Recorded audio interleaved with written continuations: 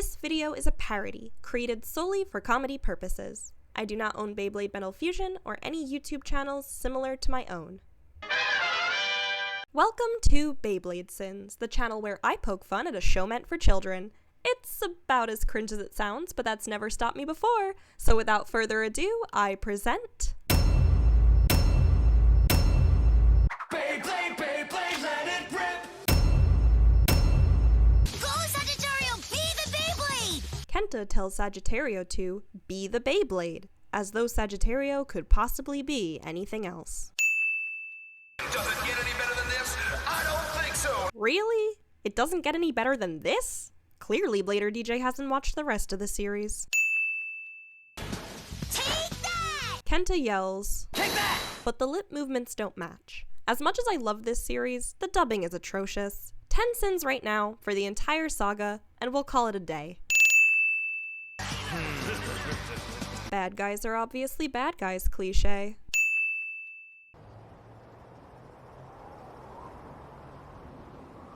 Protagonist admires the city from a high place cliché. Jenga chooses to sleep somewhere he could easily fall to his death. Seriously, where are the guardrails, people? Wanna get stronger with Sagittario? I think we make a good team. I know we can win together, right, Sagittario, old buddy? Kenta looks away from Sagittario, only right as he starts talking to Sagittario. Yes, I know it's the other way around in the Japanese version, but I'm singing the American version, so...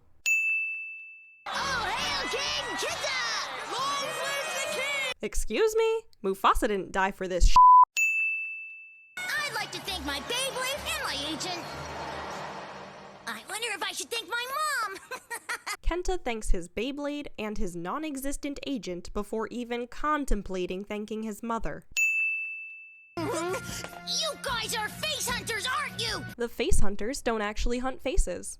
They don't even hunt face bolts. We only ever see them steal points, and eventually Sagittario, but that was literally one time. It's not like they're Carlos from the Plastic Gen. Anyway, sin for false advertising. My grandma spins hotter than that. Saying this. Ever. In any context.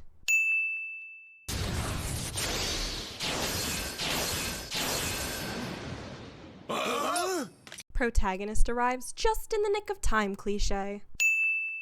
The name's Jinga. Jinga Hagane. Pronouncing Ginga, Jenga. That said, I am way too lazy to add an individual sin every time they say Jenga, so let's just add one sin to today's counter for every episode in the Metal Fight Saga. Say, how many episodes does this silly little kids show even have? 154?! Well, we're gonna be here for a while, aren't we? Oh, and before we move on, I should probably mention, I'm going to continue referring to our boy here as Jenga, even though I know it's incorrect, just because that's how the majority of my viewers recognize him. Sorry, Ginga. Okay, now back to our regularly scheduled program. Not a smart guy to get in the way of my battle. Good sir, he didn't just get in the way, he literally one-shotted you. 1 versus 5. Huh? What? But that's not fair! Kenta sounds genuinely surprised that the face hunters aren't being fair, despite them being equally unfair to him less than a minute ago. What's he doing? No! In the American version, we get an awkward, zoomed-in still shot that doesn't sync with the audio.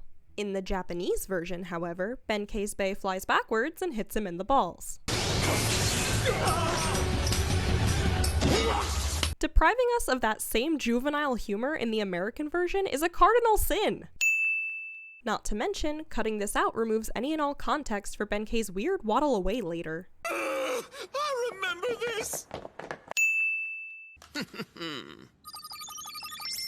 We're told that Jenga wins, but he must actually have lost the fight pretty badly. After all, his point total drops from nearly 40,000 to less than 4,000. As far as I can tell, this is an animation error specific to the American version. Perhaps an unintended byproduct of cropping out the bit with Benkei's balls? For those of you who are curious, the Japanese version calculates the points just fine. Here's some comparison footage. Have a donut? Mr. Froggy took us? Lint? There is no way Kenta fit all of that into those pancake flat pockets. On top of that, not one of the items he grabs is actually lint. They force younger opponents into unfair battles and steal their points. They've done it to a lot of my friends. They're just bullies. Kenta calls a literal gang just bullies. I don't want to bug you too much. You must be tired. I'll let you rest. Anyway, how can I become stronger like you? Kenta says he doesn't want to bother Jenga anymore and promises to leave him alone. Then proceeds to not do that. A Beyblade's true strength has nothing to do with attack power or stamina. It attacks using the feelings of the blader who is connected with it. That might be how bays work in their universe, but that's not how it works in real life. Sin for getting so many naive and impressionable little kids' hopes up. Also, that's not how stars work, especially not over a city. The light pollution there would make them nearly impossible to see. I'm so sorry. Kyoya somehow kicks an oil drum across the room despite the fact that he's not level with the face hunters. When the camera cuts to him, he's sitting on top of a stack of boxes. Either Kyoya can stretch like Luffy, or the animators didn't think things through. Also, the face hunters panic even though the oil drum is rolling towards them at a slow and easily avoidable speed. And not a single one of them even attempts to avoid it. You will be really sorry if you don't man up and take care of this Stinka or whatever his name is. Stinka. Ugh, this dub is really something else.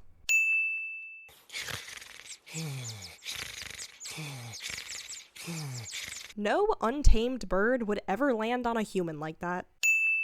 Jenga, where are you? I can't believe you left without saying anything. Really? You can't believe the stranger you barely know left without saying anything? Maybe I'd like to take a moment to kiss your points goodbye. Why is Kyoya posed like he wants someone to draw him like a French girl? Ah, well then. Some people apparently have drawn that. Let it rip!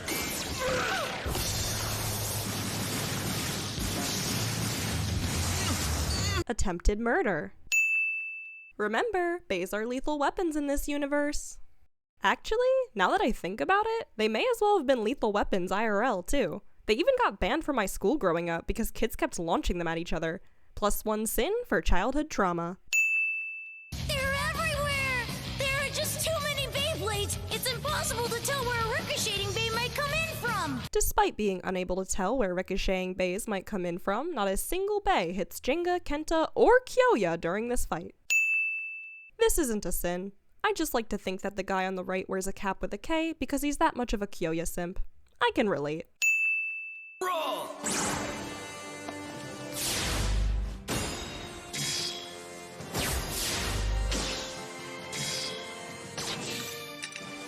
It's showtime, Storm Pegasus! Blatant merchandising.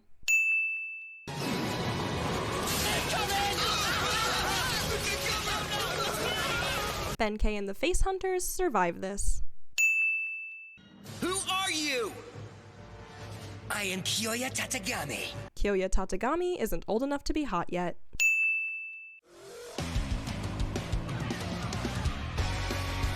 The American version removes the original end credits music. They don't even try to translate it like they did with the opening theme. But worry not. I've got a quick sample for you at the end of the vid. What? But that's not fair! Hey, thanks for watching. I've wanted to start this YouTube series for a while now, so it means a lot that you stuck it out all the way through the first episode. I'm self-taught and pretty new at this, so any and all comments and/or criticisms are greatly appreciated. I hope to see you guys again in the next video for even more Beyblade Sins.